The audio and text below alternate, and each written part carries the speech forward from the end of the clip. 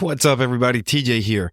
Real quick before we get started with the episode, I'm testing out a new feature called Fan Mail, which is where you can actually text me from the episode that you're listening to. So as you're listening to this, go over to the episode description, and right there at the beginning, you're going to see some text that says, send me a text message. Go ahead, click that. Let me know what you think about the podcast so far. Let me know of any questions, concerns, anything you might have. I love to hear from you.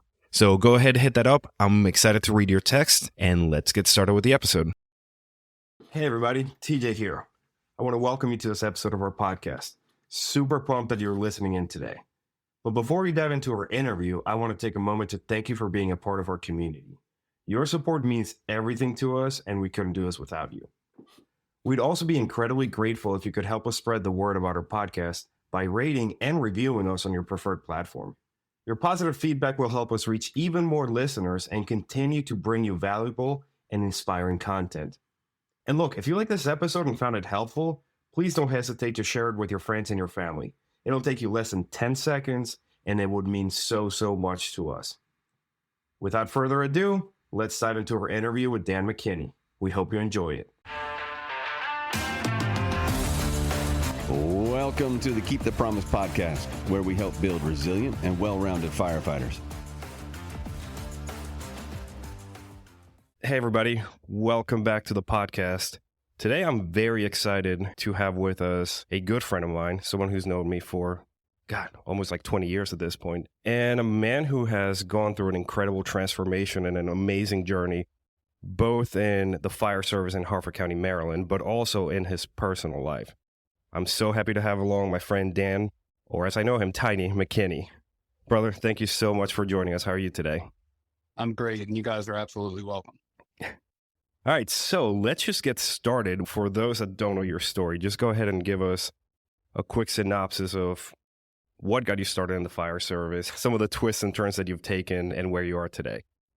Yeah, my junior year of high school, I met one of my friends who was a senior, John Roy, who was a riding member at Bel Air at the time. And then I went into my senior year of high school, and I joined Bel Air Fire Company as well in 2005. I was there until about 2007, 2008. I acted like a typical teenager, so I got in trouble like most of us do. And I found myself somewhere else in Harford County. But that was my drive. Like, I really wanted the adrenaline rush, and initially, I was going to go in for fire, but I took the path of EMS. Bel Air was a huge stepping stone. It's one of the busiest in Harford County. So that was where I got started, and then ended up at Abingdon. And there I went through the positions of lieutenant, and then I had actually started working career EMS at Boston, and I ended up joining there. And that's where I've been ever since. And since I've been there, I went through the ranks of sergeant, lieutenant, captain, assistant chief, and now I've been deputy chief for 3 years. And I'm entering, I believe, my fourth. I just got elected again. Yeah, congrats, dude. I saw that the other day on social media. But also, like, it's easy for you to kind of like rattle off the companies that you've been in. But you did a lot of stuff in those. I remember you were always a staple at Bel Air, and not just like there all the time and running calls, but like top responder most years, right? Yeah, so like my Bel Air time, my dad and I owned a landscaping company. So I would mow lawns. If I was in Bel Air, I'd come in for calls, or if I was near a call and I was a provider, I'd fill the ando out. Back then, we didn't have a paid system or a partially paid system. So they truly relied on volunteers. And I was always the guy who was like, I got nothing better to do. I'll just give my time to somebody else. And then I went and did like pre-planning for large events, like impromptu trainings. And I wasn't even an officer then. It was just things that I wanted to do because I enjoyed being engaged with people, whether it was you or the guys around the station or just people in the community. For some reason, I've always had a niche for it. Yeah, you've always been that guy who's just grinding like day and night, and you have the accolades to prove that, which is awesome. Like I looking back now, you're like, wow, we didn't even have like a partially paid system. Like it was all volunteers. Like it's so wild to believe. But then again, we are coming up on what, 20 years from that time frame. So thankfully, things have evolved. Yes, sir. That is true. So Tiny, where did that nickname come from? So that actually came from our chief, Check. I believe you were on the call. We had a call up in Bel Air. It was a traumatic injury. And it was my second week riding the medic unit as an observer. And I just happened to be there. And he said, "Who's that big guy up on the hill?" And Ron Britt, one of the like famous Fados from Bel Air, goes, I think his name's Dan or Dave or something like that. And Chief Sheck goes, "Tiny, get down here." And that nickname has stuck with me forever. And like, it's funny if you call up Chief Sheck and say, "Hey, how did you give him that nickname?" He will tell you the full story. It's pretty crazy, and it just stuck. It's starting to fade as I move up the ranks. People can call you Tiny, or they call you Dan or Chief, and then I'm going from being a 500-pound person to like a 200-pound person. So the Tiny nickname just doesn't fit. So, but I still am. Yeah, in my heart, you will always be Tiny. And there was like almost like an entire industry of tiny things that came around this nickname, right? Like that. I mean, I barely remember Tiny Fests, but those were some of the wildest times that I'm still shocked that we survived. Yep, Tiny Fest. We think Patty's Day parties at local establishments. It was a lot of stuff. And that all ties into the transformation that we're going to talk about. So, obviously the nickname Tiny came about because at the time you were 500 or so pounds. Yeah. That was almost 20 years ago. Can you like pinpoint, was there like a specific moment when you realized like, oh my God, I have to make a change in my health? Or was it some like gradual swell that kept building and building and building until it finally caused that change? Yeah, it was actually October of 2020. My family and I, we were all vacationing down in Hilton Head. My family owns a place on Hilton Head. And we were down there, and like typical fashion in the fire service, we like to drink. And I had been drinking on the beach all day. And I will say the saying, loose lips sink ships. So after that, my family and I had falling out. And in December, it was right before Thanksgiving, my mom and dad had a very long come to Jesus conversation with me about my weight, about my personality has changed, my attitude has changed, being very negative, not wanting to do stuff.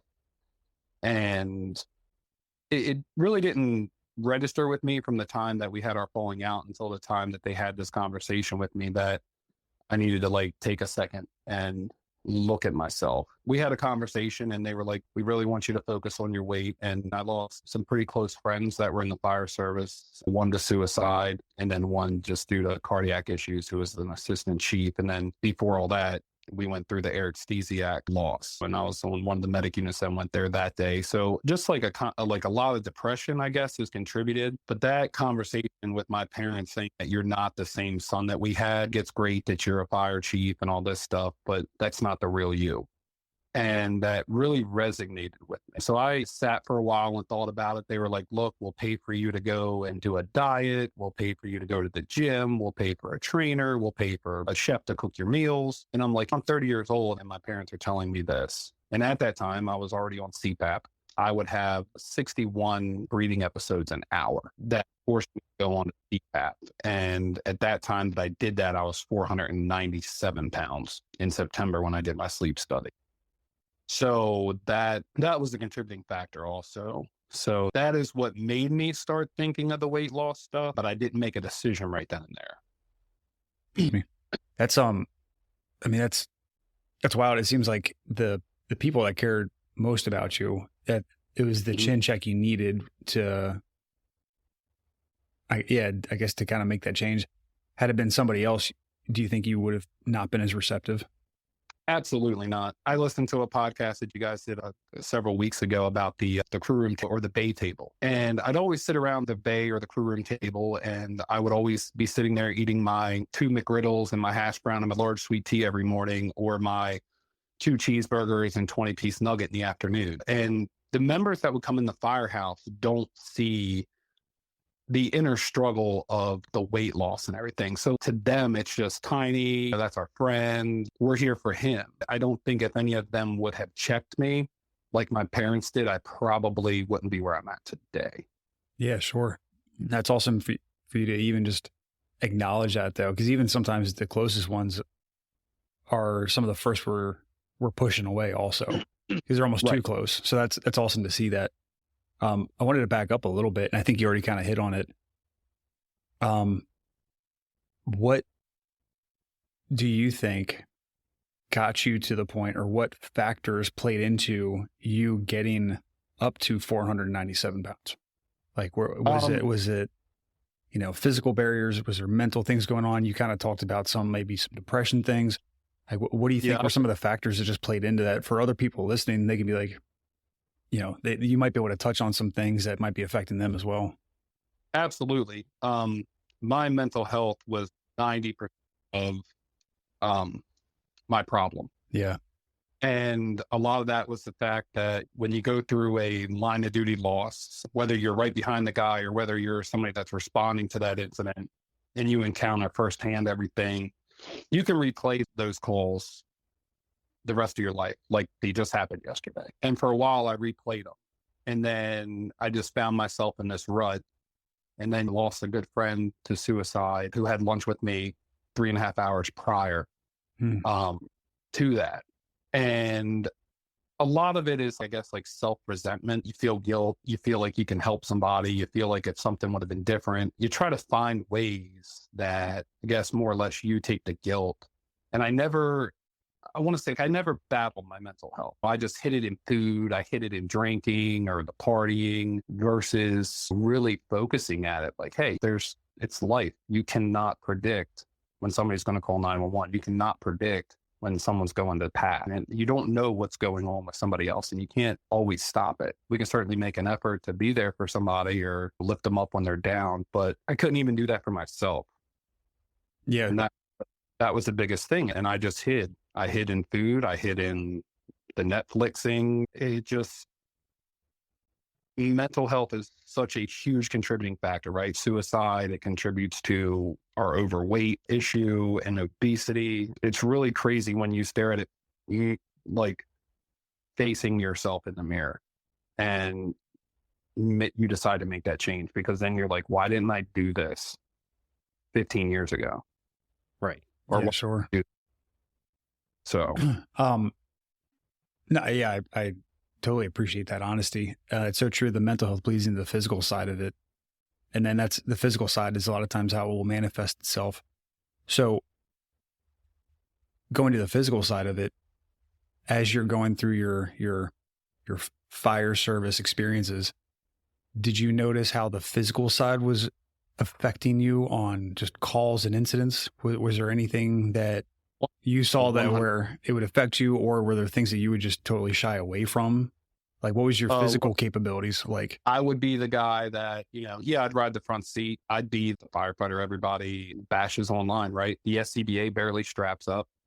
It looks like a tic tac on your back. I've heard I would suck down air bottles quickly. Yeah. I wouldn't be able to move as aggressively. Deploying a hand line, going up ladders was a concern. The Bel Air fire back in 2013. Look, I went through the stairs. Guys, the average firefighter size were up and down them all night. And I go up them, stop to pull a hand line up, and I go 18 feet to the basement.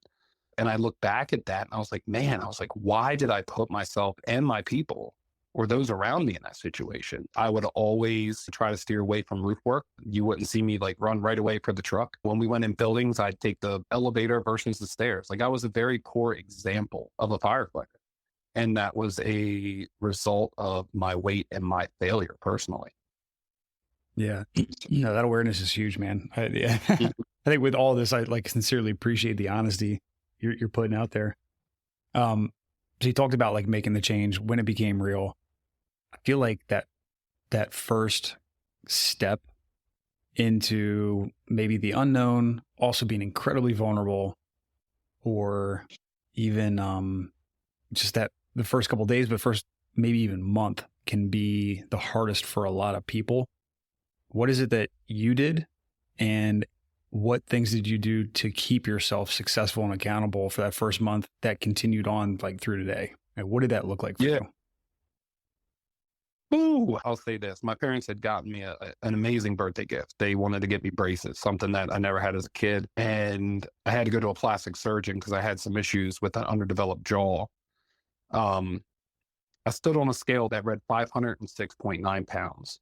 And I stepped out of the building that day at Johns Hopkins, and I walked to my car in tears. And on the way home, I called a friend of mine who is a coach for this weight loss program.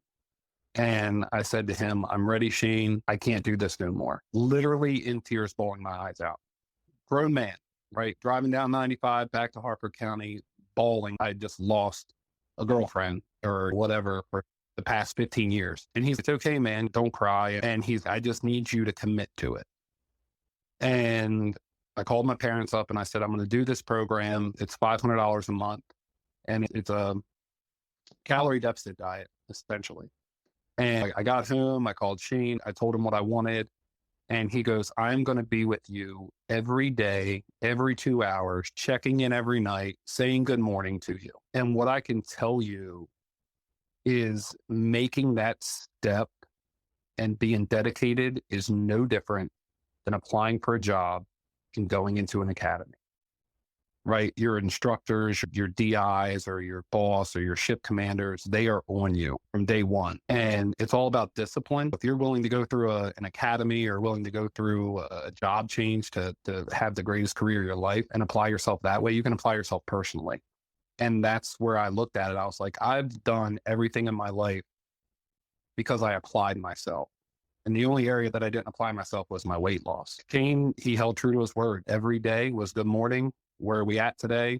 Mentally, where are we at physically? That first day was rough. The first week was horrible. I found myself sneaking a tablespoon of peanut butter going because I'm not going to lie, I'd be that fire guy who comes in with 2 McGriddles, a hash brown, and a sweet tea, 6 a.m. in the morning. And when you're at a slow station, and I work for rear EMS, when you're at a slow station, all you do is eat because it helps pass the time. And being focused that first week, that first 30 days is so crucial. If you commit yourself to those first 2 weeks, I guess it's no different than they say in the police academy, right? If you can get through the first 2 weeks of being smoked by the DIs, you will make it. And that is the week where they get you physically, they get you mentally. And that's literally what Shane did. If I had the urge to eat, I was to text him. And I text him probably 15 times a day. I was going from 9,000 to 10,000 calories a day to 550. Oh, you went severe calorie deficit. Correct. And it was healthy. And that's the greatest part of it. And yeah, it's just discipline, and discipline sticks tremendously. Yeah. So you mentioned something there that I really appreciate. The guy you're working with said is that, what's your mental outlook look like today? And I know in the gym when I'm coaching, there are sometimes you might have a great athlete. It doesn't matter where they are at in their fitness journey, but sometimes like, hey, what's your headspace look like today? And you can tell sometimes you have to pivot, and it's not worth pushing too hard, but still at least coming in, like you say, have the discipline to still show up, be present, go through some type of movement. It doesn't have to be the best it ever is, but you're at least still holding yourself accountable. You're getting in the movement, and you're still showing up, right? And your mental outlook will be so much better because you're just not mentally and then physically exhausting yourself to a point that you just weren't even ready for and prepared that day. So I appreciate it. It sounds like you did have an awesome support network there. That's cool. Oh yeah. And don't get me wrong. There were days where I was like, I'm not doing this. I'm sorry. And the pep talk came, and his pep talk was like, dude, if you can get up and go to work every day and deal with what you deal with at work, you can do this. Yeah, sure. And that's what I did, and it stuck with me, and I am forever grateful to Shane. Forever grateful. Yeah, that's amazing. Piggybacking on that, you have in here, I was sitting here looking at some of these listed questions that we had for you. It's a lifelong challenge. I feel like it can be a lifelong challenge from day one all the way up until today. Like, what were some of those challenges when you felt like you were hitting a low point, or like you wanted to throw in the towel? Like what were those? What did those look like for you? And so, how did you have the discipline to be like, nah, I'm stronger than this? Yeah. And it's very tough, right? So those low points actually come pretty frequently in our line of work, because I get up in the morning, I do a shake, another 2 hours, I do another meal, and another 2 hours, I do another meal. And what I did was, after that first week, I actually found myself accomplishing more and more tasks. Right? Whether it was like rewriting policies or doing unit checks or going out training with the guys or being at home, taking the dog for a walk. I got to a point where I was like, I need to find something that I can do when I'm in this low point of I can't do it no more. But I know that if I say I don't have it anymore, there's an energy that's applied to that, right? There's an energy that says, yep, I'm done. I'm just going to sit down. I'm just going to swing in and get a Big Mac or something like that. I took that energy and just reapplied it and was like, I'm going to start going to the gym. And it was my 3rd month in on the program, I started going to the gym. And I would simply do 25 minutes of biking I would do miles on the bike. 25 minutes, nothing crazy, a little bit of an incline or resistance. And that's what I did. And I found myself fixing those low points. Then 3 days later, I didn't have a low point. I'm now in the gym at those hours where I would have those low points. And now I'm in the gym every day, the same time, 3:30. You can find me in the gym. That's awesome. You fixed those low points with like more discipline is what it sounds like when you're going through that low point. You're like, I'm not going to sit here and allow myself to wallow in my self-pity. I'm going to go and I'm going to move and I'm going to be active. And I'm making the decision to stay in charge of myself and get after it. That's awesome. That's awesome. That struggle is good for you. Yep. And you have to, because the reason why you're where you're at or the reason why you're failing in your job is complacency, right? Yeah. And the last place you want to have complacency is in your life and in your health, because then you become one of those articles that you read about or one of those Facebook posts that you see. And I don't want to be complacent. I was complacent for the, umpteen years of my life, and I'm in my 30s reversing it. So. No, yeah, that's absolutely amazing. Which is a challenge itself getting older, right? So yeah, I feel that every day sometimes. So as you're going through this, you're hitting these low points, you're overcoming them with like struggle but also more so discipline and still getting after it. How did you notice? When did you start noticing the physical and mental health changes? I mean, you said you were over 500 walking into one doctor's office. You're coming out. At what point through the journey was like, I'm seeing these changes physically? And obviously you kind of touched on you having the mental aspect too, like having more clarity and getting more work done. Were there certain like highlights throughout this process, throughout this journey where you're like, oh, these were some hallmark, wins, memories, whatever they were. Yeah. What was it? Definitely wins. For the first week, I lost 13 pounds, right? I took a picture and I put the pictures up. I didn't see a difference, but I noticed that my mental clarity was better. I noticed that my sleep was getting better. The second month that I was focusing on my weight loss and my self-improvement, I realized that, okay, I'm now from a 6X shirt to a 5X shirt.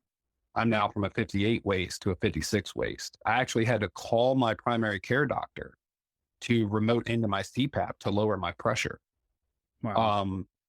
The third month, I'm down to a 4X, 3X shirt. I'm down significantly in my waist. And then I had to do an interview. I applied for a firefighter lieutenant spot at a place in Southern Maryland. And actually, Johns Hopkins Applied Physics Lab. It's not a secret. I applied there and I had to put a suit on for the interview. And the suit did not fit. It was a 64 coat. It was a 56 waist. And I was like, oh man, what am I going to do? So they actually, thankfully, somebody was looking out for me and they did it virtually. So I sat in an office chair and tucked it behind me and pulled it tight. And like, I put on like a shirt and I was like, all right. And I just looked the part. And it was awesome putting on a suit that you're literally swimming in. And the end of that third month, into that fourth month of the program, I was off CPAP completely. I'm still off of it today. That's awesome.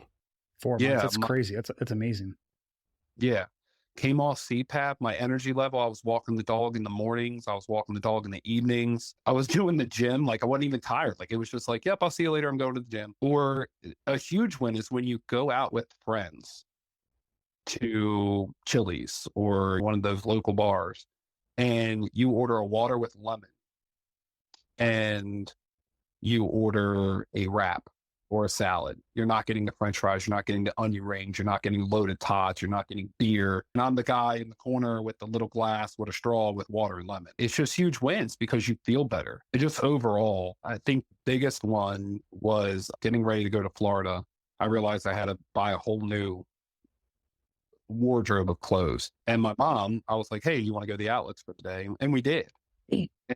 I was putting on 2X and 3X shirts and size 42 shorts and pants, and she was in tears. And turning around and seeing her in tears really showed me like your change impacts people. Yeah. And not just your mom and your dad. That day was the hallmark moment. Just a huge win on I'm doing this not just for me, but so that I can be in other people's lives longer. And that was important to me. Yeah, that's so cool. You just said a couple things where I want to pivot a little bit. The first being your mom, because you said like the relationship with your parents was kind of strained there for a little bit, not just with your parents, but with other people that you surrounded yourself with. How did you see those relationships change? Woo. The volunteer service, there's always those, and I guess they have them in the career service also, those nights where you like get done a union meeting or you get done your volunteer membership meeting and everybody goes to the local bars or the restaurants. Yeah. I was no longer doing that. I wasn't sitting in the crew room as much anymore. I like Frank Vercuso's term as being a barking dog. I just noticed myself not sitting around negativity. I wouldn't be going out to dinner. I wouldn't be going out to lunch. I wouldn't hang on the tail step of the engine, socializing and negative stuff. And it wasn't because I didn't like the people, and it wasn't because I didn't like the topic, but to me, it just wasn't healthy to me. Because when you lose weight and focus on your health, it's not just about food.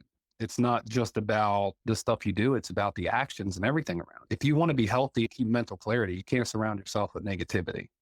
And you certainly can't fester in it either. And that really put a strain. Like people were like, hey man, why don't you hang out with us anymore? Why don't you come to dinner? Why don't you do this? And I told them, I said, it's essentially I'd become a food addict. So like me going out and socializing, I become an addict and I'm ordering an appetizer. I'm ordering 2 entrees. I'm ordering 2 desserts. It's not me. And that strained on a lot of friendships. And still to this day, a lot of people truly feel that, yep, Tiny or Dan has changed himself. And in fact, I do. I have all the time in the world for my friends and my members and the personnel I ride with. I just do it in a more healthier setting. And that's just really what it is. Positivity. It's contagious. It just as much as the negativity is, misery loves company. And you've been doing this a long time. So, it just takes one person, like one cancer on the shift that can affect the entire group dynamics around you. And so by you just kind of shunning that, but in a healthy way, correct. It's like positivity begets positivity. So it's super cool that you're aware enough to make that happen. And that's tough because you are sometimes keeping some relationships or conversations or experiences at arm's length, but you're doing that to protect yourself and the investments that you're making in yourself. That's important. That's a hard decision to make. It absolutely is. And it helped me tremendously as a leader, because when you are that guy who sits at the career table, or they're like, you're a chief, why didn't you handle it? Or you're this, why didn't you address it? And that helps you excel also as a leader to me. And it's really shown me how to look at things differently. Yeah, sure. That's a good segue into kind of the discrimination side of things. Whether that be within your own teams or zooming out just in the community. Like you kind of mentioned it, like you get a water with a slice of a lemon. The fire service can be a vicious animal, right? And even if it's your best friends, just throwing some shade just to joke around with you, or if it's somebody else just to being an asshat. Was there a lot of that? How did it affect you? Has it gotten better over time? Because I know it doesn't matter in the best shape of your life or the worst. Firefighters will find a way to find that edge, and then they're going to step over it. They're going to push. They're going to try to get under your skin, right, wrong, or indifferent. I'm sure you had those experiences. What was that like? They do find the threshold. Yeah. They do find the threshold. And it's hard. You don't know if they're joking with you or that you don't know if they're being serious. And I will say the one day I overcame it, they were all sitting around the table and it was a group of guys and there was a picture of them with them with me. And they were like, hey man, we're just going to go to the gym with you. And I said, okay. And they were like, you lost all this weight. You should be able to do push-ups. You should be able to do this. And it's there. And like I said, they will find that threshold. And then you find yourself like, am I sticking to this? Am I failing? It is a challenge. I will say that discrimination is there, whether you're obese or whether you're losing weight, whether you're skinny, it does exist. And somebody will find that threshold. So, of keeping that positive thought process, that keeping away from the negative energy and staying focused to overcome it. And eventually they will see that their attempt being welcomed. Yeah. I don't know how else to say it. No, you got thick skin. Like, yeah, no amount of shade they throw at you are you going to let it, creep in? Good on you. I will tell both of you guys straight up. I made it on Hit It Hard from the Art. And that is a site that, some things might be funny, but that is a site where people purposely discriminate on people. Yeah. They find ways to just nag. And I ended up on there. I woke up to a slew of phone calls being like, hey, who did you make mad? And that is one picture that I actually keep with me. The sad part is it was somebody that I knew that took the photo and put it up, somebody that I thought was a true and wasn't. And that picture, I was at an active assailant class, and that picture has stuck with me. And that discrimination still comes. Even though I can wear a vest and I can pull hose lines now, and I've gone down 11 sizes in gear and everything, it's still there. But I use it as ammo. I use it as energy. I use it as a motivator. So no matter how much shade or discrimination you want to sit and throw, I'm going to take it and flip it positively, and I'm just going to keep climbing.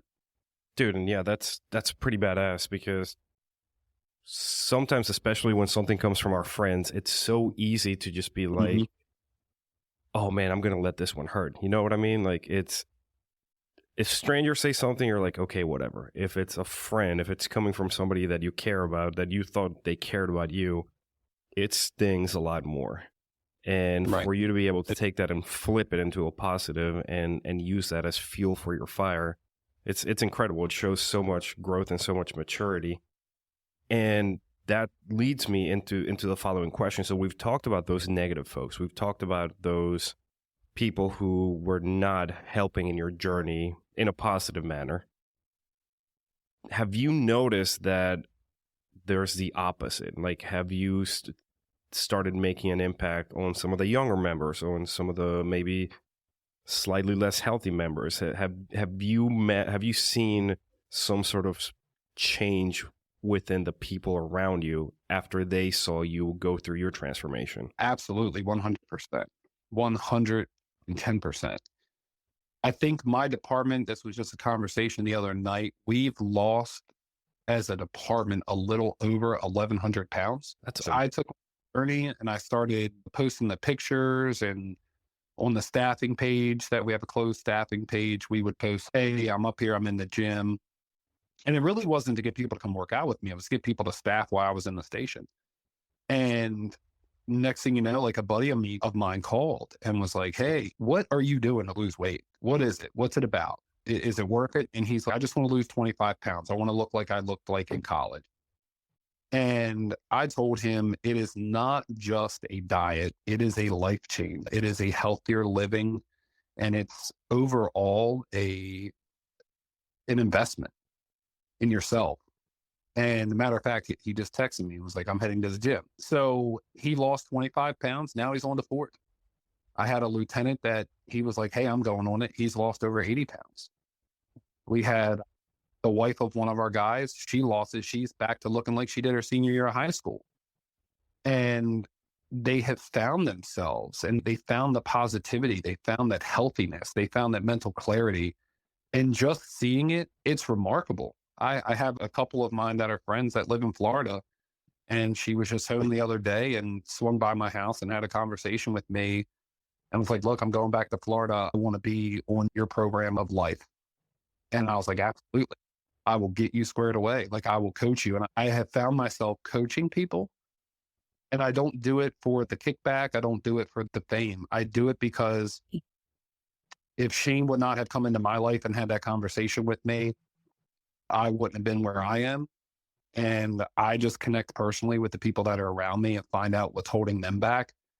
And that's literally, we all relate. And seeing that journey impact everyone around me that's payment enough. Seeing other people smile, seeing other people happy, and just seeing them be able to put gear on and do what they've always wanted to do. You always want to be like that little 20-year-old sitting next to you that can run circles all day long without running out of breath. Now I'm like right there competing with them. And that really goes into your support system. They know when you're having a bad day or when they're slipping now. And it just results in a text, a phone call, or, hey, I passed you in the hallway. What's going on? You didn't look yourself.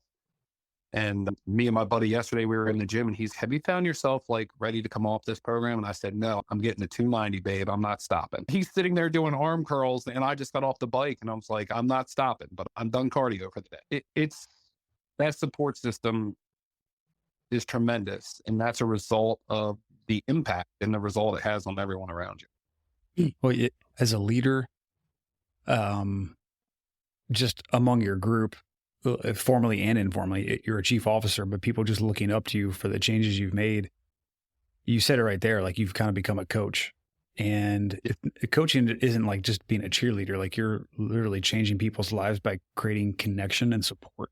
And I definitely have times where I value and cherish my alone time, and I need that, and probably everybody does. But we're also like tribal creatures. And to have somebody that you know that you can lean on and connect with, and they have your back. And you just said it, over time, as you build these relationships and these experiences with your people, it is so much easier to check in with them and be like, hey, the look you have on your face, I know something is off and you're not yourself. Like where's your headspace right now? What is going on? What struggles are you going through? And they're much more, one, you can identify it a lot easier than somebody you don't have any connection with. And then two, they're much more likely to open up to you and say, you know what, I am struggling. Or yeah, I'm having an off day. Or this thing in my personal life is affecting me and it might cause a setback somewhere else in my life. So the fact that you're being diligent and disciplined in making those connections and being that support network and checking in with people, you can't even put a value system to it. Like it's massive. Yeah, the impact is unmeasurable, and it goes beyond in the volunteer service and even in career. It goes beyond just those guys riding next to you or sitting in the recliner or the crew room, or those that are in the gym. It might be your admin support personnel. It might be your most senior driver. I think the biggest thing that moved me recently was having two of our senior members approach me and was like, look, you just don't feel like I can do what I used to do. And they have lost over 20 pounds. I just saw them the other night and I'm like, whoa, like look amazing. And they're back in the driver's seat. They're back to coming on calls. And it has an impact. And I did it as a friend and not a chief. I simply took the white hat off and was like, here's what I went through. I'm going to open you up to my personal stuff here. And they have taken it and they just look great. And I can see that they're just happy. Yeah. And that's the work. And then they're back to also providing the service to the community, which is why we're all here, right? So they're not only happier, they're probably better, agents in their family, in their immediate circle, but now they're also providing a service to the community, which kind of maybe fell by the wayside. And how amazing is that, like full circle? That is awesome. And that's one thing that I always kept to myself. I'm like, it's great to put on gear and to go rushing out the door and to rush into somebody's house and save their property and protect property and save life. But if you can't even do that for yourself, you are a true hazard. Yeah. Yeah. You're alive. Correct. And I'm seeing people that are going out the door now that aren't a liability anymore. And even myself. And I don't want to be a liability to the people that reelect me every year. I don't want to be a liability to my parents. It's just full circle. You guys hit it head on. Yeah. And sometimes, unfortunately, with a near miss or a mayday or even a line of duty, maybe the person that suffers that mayday or line of duty was a direct result of somebody else being a liability. It wasn't them that made a bad decision, but because of the inaction or inabilities of somebody else, it's what causes the downstream effect. And by you mitigating those opportunities, if you want to call them that, as much as possible, you're talking whole system changes, man, for you and your entire team. That's massive. It is. I mean, when you walk in the building and everybody's like, "Hey, anybody going to the gym with you today?" And then 6 of them come up and work out with you, it's an awesome feeling. Yeah. What does that actually look like for you now? I mean, there's so many programs out there. Obviously, I know like I have my personal like opinions and training styles. But I think the most important thing is if people are just out there and moving, doing something, they're at least becoming better for themselves, better versions of themselves. What is it that has worked for you like now today? Is it a combination of things? Do you have your one like fitness, physical love? Like what is it? Yeah. So I guess it would be the fitness, physical love. Honestly, we all have that body we want or that look. One of my guys are a personal health coach and like a gym trainer. And I got hooked up with him and he's, look, man, if you can help me become better in my skills, pulling hose, throwing ladders, understanding standby unit assignments, scene size ups, radio verbiage, if you can help me there, I'll help you. And I'm like, I have no problem doing that. That's my job. Old school bargain. I love it. And, let me tell you, the first 2 weeks, I could barely put my seatbelt on after the gym. I found myself turning completely around because I could barely move my arms or lift my legs. And that pain was amazing. But I find myself like cardio is more of my mental clarity. Cool. I will sit on the bike and listen to podcasts. I will listen to leadership seminars, motivational speeches. And then my lifting is more of like my aggression, like releasing those stresses. And that ultimately rolls into your ability to pull hose, your ability to hook ceilings, your ability to throw ladders, your ability to climb, your ability to walk up a 150-foot driveway, pulling a supply line in the rural area. And that just everything to me, like I pair it with something. And that is how my mindset is now. Yeah, that's amazing. What, and it's kind of the same question for the nutrition side of things. And quick little aside, I know sometimes diet for some people can have a negative connotation. The focus on nutrition, focusing on the positive things, a lot of times you don't have a whole lot of time for the negative. So people so often think I need to take this thing away and that thing away. Whereas if you kind of flip the script, like, hey, focus on these positive things and let that fill your day. And you probably won't have time for you to be focused on the negative because all you've done is really focus on the positive. You kind of touched on that a little bit. Right. Early on, you did a lot of really severe calorie restriction. Now, I don't think that is necessarily sustainable all through life, right? 550 calories for life doesn't really work. But for you, for jumping off point, I mean, that's what you needed. Where are you at now? Like how does nutrition play into your journey right now? So the program, you're right, it is not sustainable. Typically they'll tell you that it's not sustainable for over a year. Sure. I'm now at the 1.5 year mark. And the biggest thing that I do is I ensure that I have 6 to 8 ounces of protein in every meal at the end of the day. Cool. And right now I'm back on program, like very, very, very, very strict. Because I have a lot of like the sagging skin and the excess fat that I deal with now that's rubbing when I put on gear or put on a pack that ultimately you have to have surgically removed. The goal is to cook those healthy meals. Like you can take time out of your day to watch a TikTok. You can take time out of your day to take a piece of chicken and marinate it and throw it on your grill or throw it on your Blackstone. And just having that healthy meal at the end of your day contributes to so much, like that 6 to 8 ounces of protein, the 2 to 3 cups of vegetables. I haven't had soda in over 1.5 years now, not even club soda with any type of alcohol. I've never had it. Yeah. And You're right. It's difficult because, you go by and you see, on the boardwalk, you really want those Thrasher fries or you want that milkshake or that snow cone. And I'm like, yeah, I'll go get a bottle of water and throw some Mio in it. It's not sustainable. And the goal is to keep yourself disciplined, knowing when to make the right choices and when not to. At work, we find ourselves at Wawa a lot. I'll go into Wawa, I'll get a 32-ounce bottle of water, and I'll go over and grab me a salad off the rack. And there's nothing wrong with having that Wawa cookie. If that's your treat for the day and you're allotting yourself that, and I know it's 170 calories in a cookie, that is you can't do it. Like after you have it, there's no more. Yeah. That's your treat for the week. And a lot of it's just coming to self-discipline and decisions. And it's very hard. The program is meant for a year and you're to be disciplined when you come off of it. And I'm just not at that point where I'm ready to come off because I haven't achieved my goal. I've achieved success, but I've not achieved my goal. Yeah, I like that.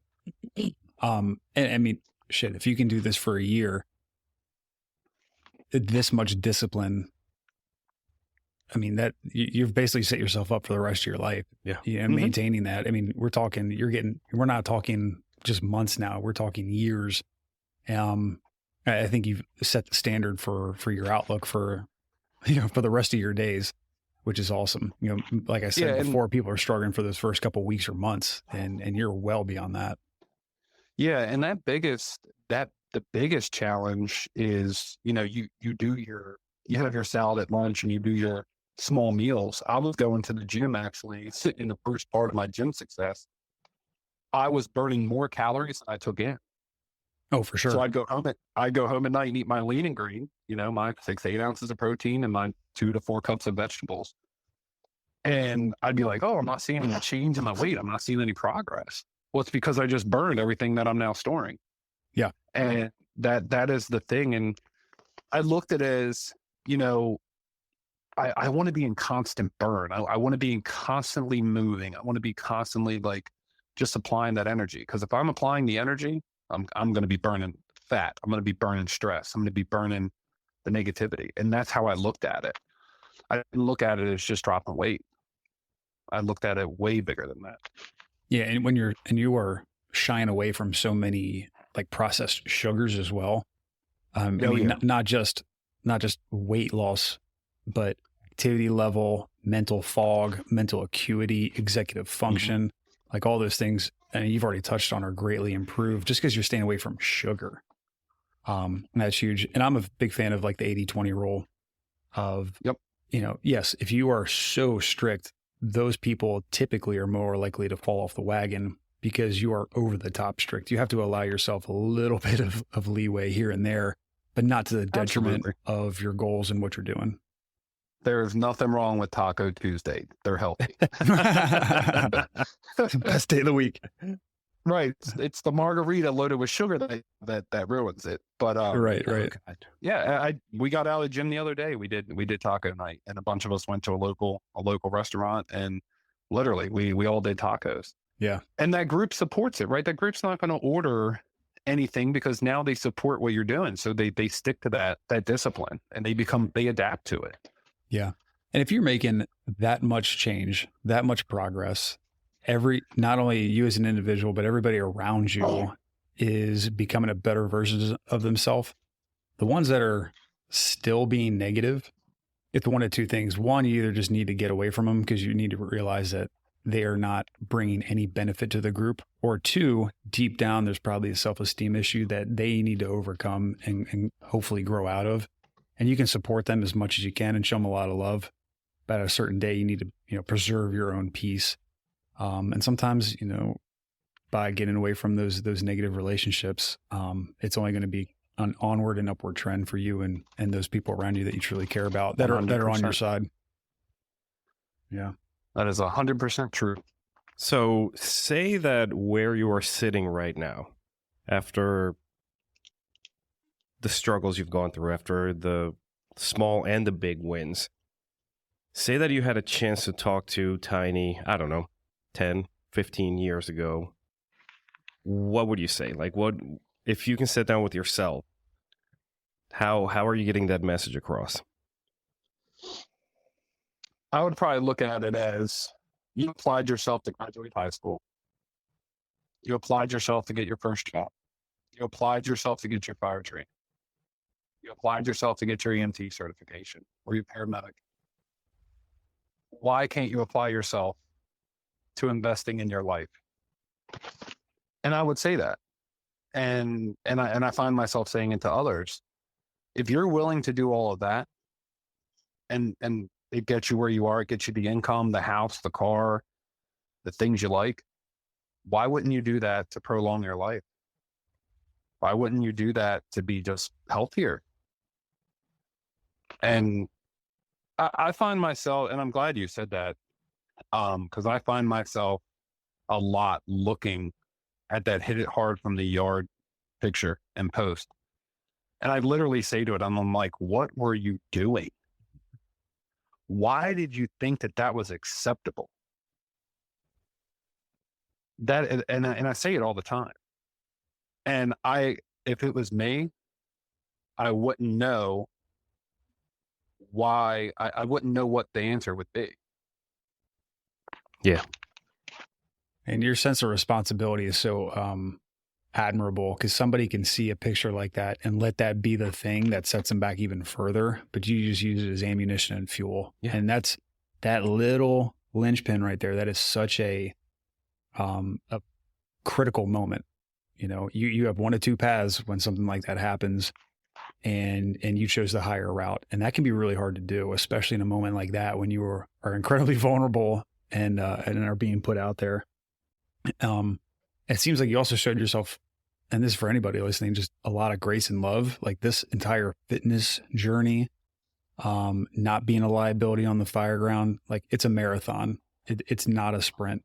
And I think so many people looking for like the quick fixes and the fast results. And sometimes you can get there, but this is a lifelong thing, you know? So focus on the marathon. The guy, you're absolutely right. It's about the marathon.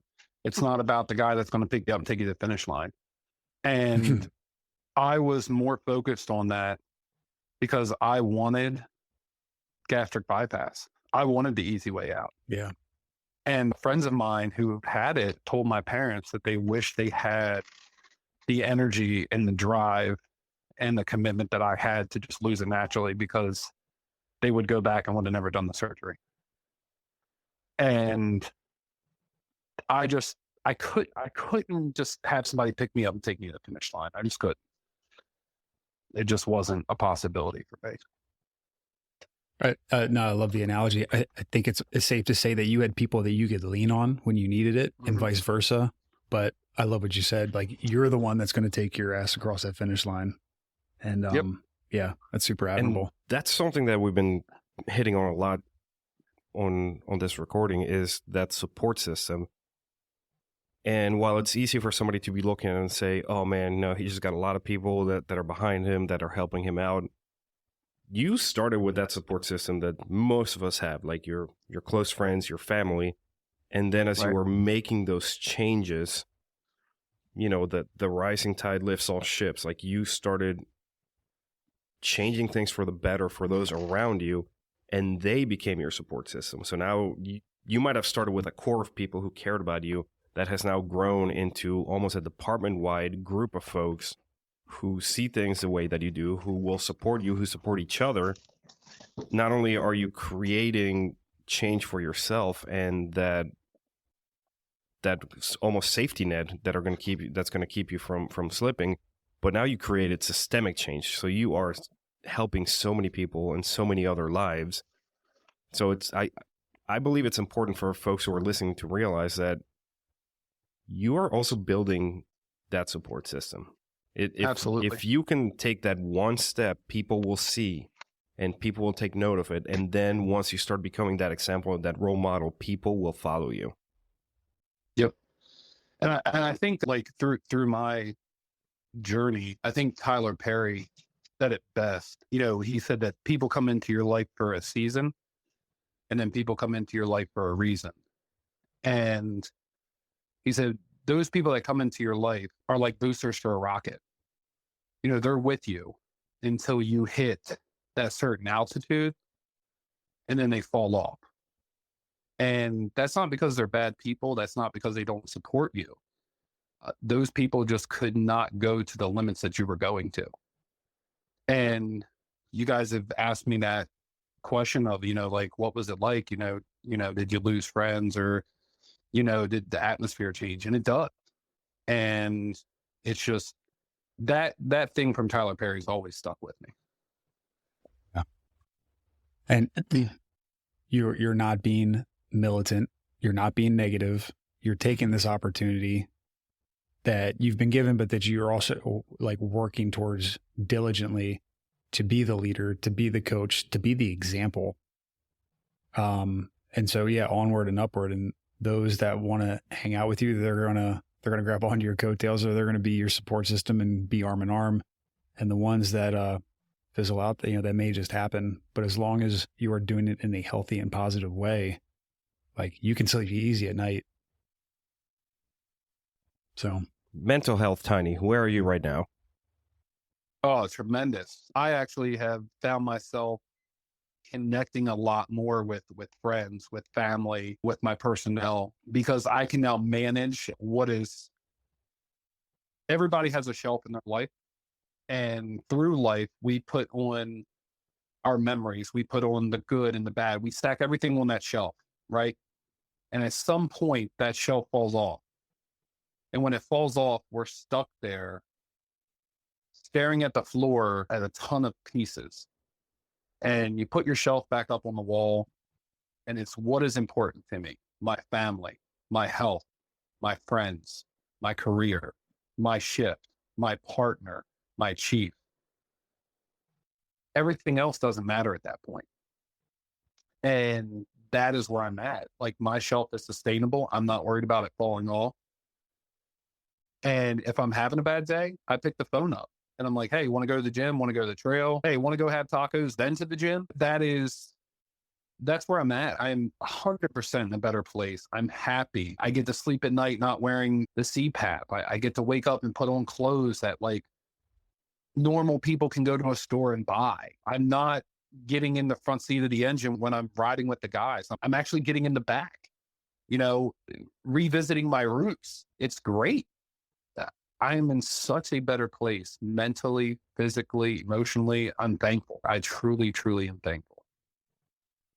Yeah. And you have become such a force for good in your community and in the fire service as a whole that it's, I mean, we're honored to have you here, man. I've been following your story for so many months on social media, and having known you for as long as I have, it's an inspiration. And to watch it slowly go from you're making that decision to now you are basically leading others in that path to health, to longevity, to being a better, more aggressive firefighter. It's humbling. It's humbling to know you and especially to have you on. It was important when I saw your message come across. It meant the world to me. And I thought, I was like, this is an opportunity, like, to share my story, you know. And it's even more than that, right? Like, I come in the gym and we're listening to Keep the Promise on the speakers. I'm driving to work listening to it, driving to the gym for motivation. There are days where I just simply go on to the website to find a workout for the day. It's full circle, and it's humbling. I will agree with you. Well, I know we really appreciate it, man. Just the positivity throughout this entire message is super amazing. I know we just met, but just proud of what you've done. It's been an honor to, like, kind of rub elbows with you throughout all this. And yeah, you're affecting your entire community. So that, I mean, amazing stuff. Is there anything that you want to close with? Yeah, there is. And it is something that I push every day, is that we can sit at home. We can sit on our patios. We can sit at the bar. We can sit on shift. We can sit on the tail step of the engine. or on social media and talk about change, but change is not going to happen until you apply yourself. And it doesn't take a team to make change. It can simply be you. And I'd like to think that I'm living proof of that. And that change goes wide. And I mean, you guys are seeing it. I'm feeling it and seeing it. Yeah. You have to be a motivator, and you have to be willing to do it. Yeah. Don't preach it unless you're willing to step up. And that's where I'll be. That's where I stand. So that is one thing that I have to, if you want change, go for it. And if you achieve one goal, set a higher goal and keep pushing, because it doesn't stop. Because once you start, it's amazing.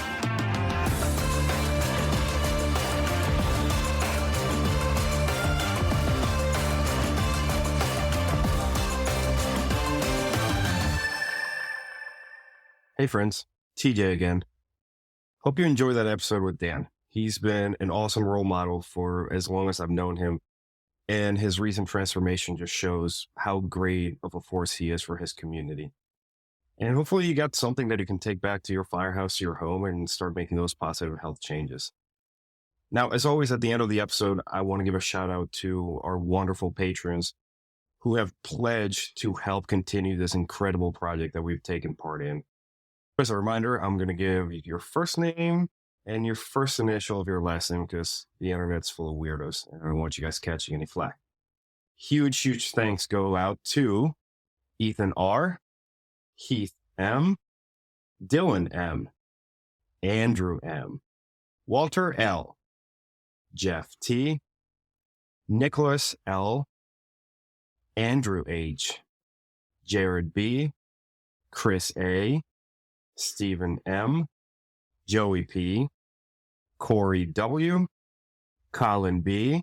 All right, I'm taking a breather real quick.